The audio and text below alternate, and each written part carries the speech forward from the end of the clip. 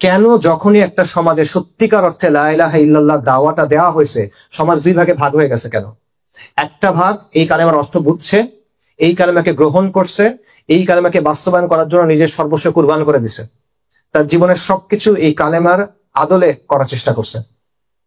আরেকটা অংশ এই কালেমার অর্থ বুঝছে এবং তাদের সর্বশক্তি দিয়ে, তাদের অর্থনৈতিক শক্তি, সামরিক শক্তি, রাজনৈতিক শক্তি, যত শক্তি আছে সব শক্তি দিয়ে তারা চেষ্টা করছে এই কালেমার দাওয়াতকে বন্ধ করে দিতে। এটা কেন? এটা যদি এত সহজ একটা বিষয় হয়, আমরা সবাই খুব ইজিলি বুঝতেছি, সবাই খুব ইজিলি বলতে পারতেছি, তাহলে এরকম বিরোধিতা হয় কেন? এরকম বিরোধিতা হয়েছিল কেন? আল্লাহ নবীগণ আলাইহিমুস সালাতু ওয়াস সালাম তারা যখনই কোনো সমাজে দাওয়াত নিয়ে গেছেন, তাদের কি অবস্থা হয়েছে? তারা সমাজের মধ্যে এক ঘরে হয়ে গেছে, তাদের বিরুদ্ধে তহমত দেওয়া হয়েছে, তাদের বিরুদ্ধে মিথ্যা অপপ্রচার করা হয়েছে, তাদের হত্যা করা হয়েছে, তাদের হত্যা করার চেষ্টা করা হয়েছে, তাদেরকে বিতাড়িত করা হয়েছে। এটা কেন? অথচ তারা ওই সমাজের সম্মানিত মানুষ। ইব্রাহিম আলাইহিস সালাম যখন লা ইলাহা ইল্লাল্লাহ দাওয়াত দিলেন, তার পরিবার তার বিরুদ্ধে চলে গেল, তার সমাজ তার বিরুদ্ধে চলে গেল এবং তাকে আগুনে পুড়িয়ে হত্যা করার চেষ্টা করা হলো। সালিহ আলাইহিস সালাম, সামুদ জাতি, এই জাতি তাকে তাদের একজন লিডার হিসেবে প্রস্তুত করতেছিল। তার সম্মান ছিল, তার সত্যবাদিতা, তার ন্যায়পরায়ণতা, তার বিশ্বাসযোগ্যতা, নানা কারণে তারা মনে করতেছিল যে এই ব্যক্তি তো আমাদের নেতা হবে। এবং কোরআনে এই কথাটা আছে, তারা হতাশ হয়ে গেছিল যে আমরা তো ভাবছিলাম তুমি আমাদের নেতা হবা, তুমি আজকে এগুলা কি বলতেছো? যেই ব্যক্তিকে তারা ঠিক করে রাখছে আমাদের মধ্যে শ্রেষ্ঠ, এ আমাদের নেতৃত্ব দিবে, এই মানুষ যখন লা ইলাহা ইল্লাল্লাহ বলতেছে, তখন সে শত্রু হয়ে যাচ্ছে, তখন তাকে এক ঘরে করা হচ্ছে, তাকে হত্যা ষড়যন্ত্র করা হচ্ছে। সালিহ আলাইহিস সালামকে হত্যা করার ষড়যন্ত্র করা হয়েছে কেন? রাসূলুল্লাহ সাল্লাল্লাহু আলাইহি ওয়াসাল্লাম সম্মানিত পরিবারের মানুষ, সম্মানিত বংশের মানুষ, আল আমিন আস-সাদিক, পুরা মক্কা সাক্ষ্য দেয়। তিনি যখন লা ইলাহা ইল্লাল্লাহ মুহাম্মাদুর রাসূলুল্লাহ দাওয়াত দিলেন, তখন কি হইল? যখন কুরাইশ, নবুয়তের আগের ঘটনা, তারা বায়তুল্লাহকে নতুন করে তৈরি করছিল, রিকনস্ট্রাকশন করছিল। কেন? কারণ বন্যার কারণে বায়তুল্লাহর কিছু অংশ ভেঙে গেছিল। তখন কুরাইশ অনেক আয়োজন করে, সবাই টাকা পয়সা একসাথে করে নতুন করে এটা তৈরি করছিল, রেনোভেশন করছিল, সব ঠিকঠাক। কিন্তু আল হাজার আল আসওয়াদ, ওই পাথরটা কে বসাবে, এটা নিয়ে তাদের মধ্যে ঝগড়া শুরু হয়ে গেছে। ঝগড়া মানে সেই ঝগড়া, কেউ ছাড়তে যাচ্ছে না। এবং কুরাইশরা এসে রক্তে হাত ভিজায় ফেলছে। রক্তে হাত ভিজায় ফেলছে মানে আমরা যুদ্ধের জন্য প্রস্তুত। মারামারি শুরু হয়ে যাচ্ছে, সবাই চায় আমাদের গোত্র হাজার আল আসওয়াদ বসাবে। তখন কুরাইশের মুরব্বীরা বসে বলতেছে, কালকে সকালে যেই ব্যক্তি কাবাতে প্রথম ঢুকবে দরজা দিয়ে, বা বনু সাইবার দরজা দিয়ে, এক এক বর্ণনা এক এক রকম, তাকে আমরা এটার বিচারক বানাবো। এবং আল্লাহ চাইছেন ওই ব্যক্তি হলেন মুহাম্মদ রাসূলুল্লাহ সাল্লাল্লাহু আলাইহি ওয়াসাল্লাম।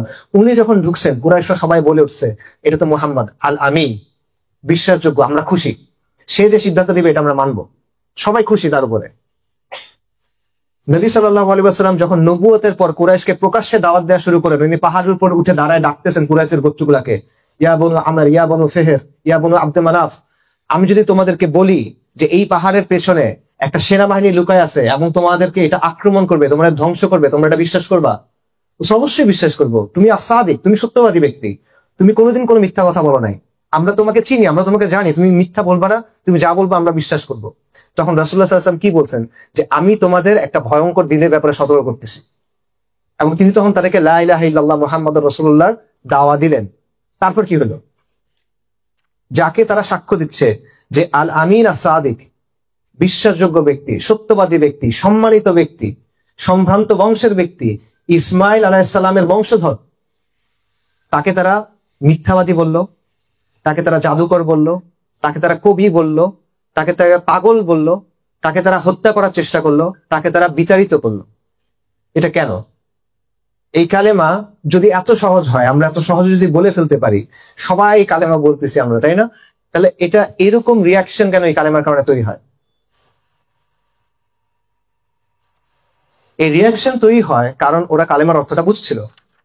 ওরা বুঝছিল যে এই কালেমা এমন কিছু একটা বলতেছে যেটা তাদের পুরো যে স্ট্যাটাস কোটা আছে, মানে তাদের যে ব্যবস্থাটা আছে, এই পুরো ব্যবস্থাটাকে চ্যালেঞ্জ করতেছে। এই কালেমার মধ্যে এমন কিছু আছে যেটা সব কর্তৃত্ব, সব অথরিটি, সব সিস্টেম, সব পাওয়ার, সব রাজা বাদশা সবাইকে চ্যালেঞ্জ করতেছে। এটা তারা বুঝতে পারছিল। এই কারণে তারা এত ভেহেমেন্টলি, মানে এত তীব্রভাবে বিরোধিতা করছিল। ইন এ সেন্স আমার তো মাঝে মাঝে মনে হয় যে তারা আমাদের চেয়ে ভালোভাবে বুঝছিল কালেমার অর্থটা, যেই কারণে তারা তো তীব্রভাবে বিরোধিতা করছিল। আমি আপনাকে দেখাই যে তাদের বিরোধিতার কারণগুলো কি ছিল। দেখেন কুরাইশ কালেমা আপনাকে বলে যে এক আল্লাহ ছাড়া আর কোনো ইলাহ নাই, আর কোনো সত্য উপাস্য নাই। কুরাইশ কিন্তু আল্লাহকে বিশ্বাস করত। আমাদের অনেকের মধ্যে ভুল ধারণা আছে, আমাদের স্কুলের বইতে পড়ে অনেকের এসব ভুল ধারণা হইতে পারে যে কুরাইশ মনে হয় নাস্তিক ছিল। কুরাইশ নাস্তিক ছিল না, তারা আল্লাহকে বিশ্বাস করতো। এটা সাক্ষ্য আল্লাহ দিছেন। সূরা লুকমানে আল্লাহ বলতেছেন, তুমি যদি তাদেরকে জিজ্ঞেস করো আসমান এবং জমিন কে সৃষ্টি করছে, তারা বলবে অবশ্যই আল্লাহ। তারা অবশ্যই বলবে আল্লাহ। কুরাইশ বলবে এটা যে আল্লাহ সৃষ্টি করছেন। সূরা লুকমানে আছে, সূরা মুমিনুনে আছে যে এই যে পৃথিবী এবং এর ভেতরে যা কিছু আছে এগুলা কার? তুমি তাদের জিজ্ঞেস করো, তারা বলবে কে? কার? আল্লাহ। অর্থাৎ আল্লাহ যে রব, আল্লাহ যে মালিক, আল্লাহ যে খালেক, আল্লাহ যে সৃষ্টিকর্তা, আল্লাহ যে মালিক, এই কথাটা কুরাইশ সাক্ষ্য দিত। এটা আল্লাহ আজ্জা ওয়া জাল্লা আপনাকে বলছেন, ভুল হওয়ার তো কোনো সম্ভাবনা নাই। তাহলে কোন জায়গায় গিয়ে সমস্যা হলো? সমস্যা হলো এই জায়গায় যে আল্লাহ বলেন, লা ইলাহা ইল্লাল্লাহ বলে যে ইবাদত শুধুমাত্র আল্লাহর হবে, ইলাহ একমাত্র আল্লাহ। কুরাইশ আল্লাহকে মানতো, আল্লাহ সৃষ্টি করছেন, হ্যাঁ, আল্লাহ রিজিক দেন, হ্যাঁ, কিন্তু আমি অন্যদের ইবাদত করব। তাদের মূর্তি ছিল, তাদের দেবদেবী ছিল, তাদের গাছ ছিল, পাথর ছিল, জিন ছিল, এগুলোর কাছে তারা ইবাদত করত। কেন করত? লিয়ুকাররিবুনা ইলাল্লাহি যুলফা, যে আমরা তো এগুলোর এই জন্য ইবাদত করি যে এগুলো আমাদেরকে আল্লাহর কাছে নেবে। দেখেন তার নিয়ত তো ভালো, সে আল্লাহর কাছে যেতে চায়, কিন্তু সে আল্লাহর কাছে যাইতে চায় কিভাবে? অন্য কিছুর ইবাদত করে। এবং এই জায়গাটাতে আল্লাহ বলতেছেন যে এটা আল্লাহ গ্রহণ করেন না। ইয়াকা না'বুদু ওয়া ইয়াকা নাস্তাঈন, আমরা একমাত্র আল্লাহর ইবাদত করি এবং আমরা একমাত্র আল্লাহর কাছে সাহায্য চাই। সামিউদ দুআ আল্লাহ, মুজিবুদ দুআ আল্লাহ, দোয়া কবুল করবেন আল্লাহ, ইবাদত শুধুমাত্র আল্লাহর জন্য, আর কারোর জন্য হবে না।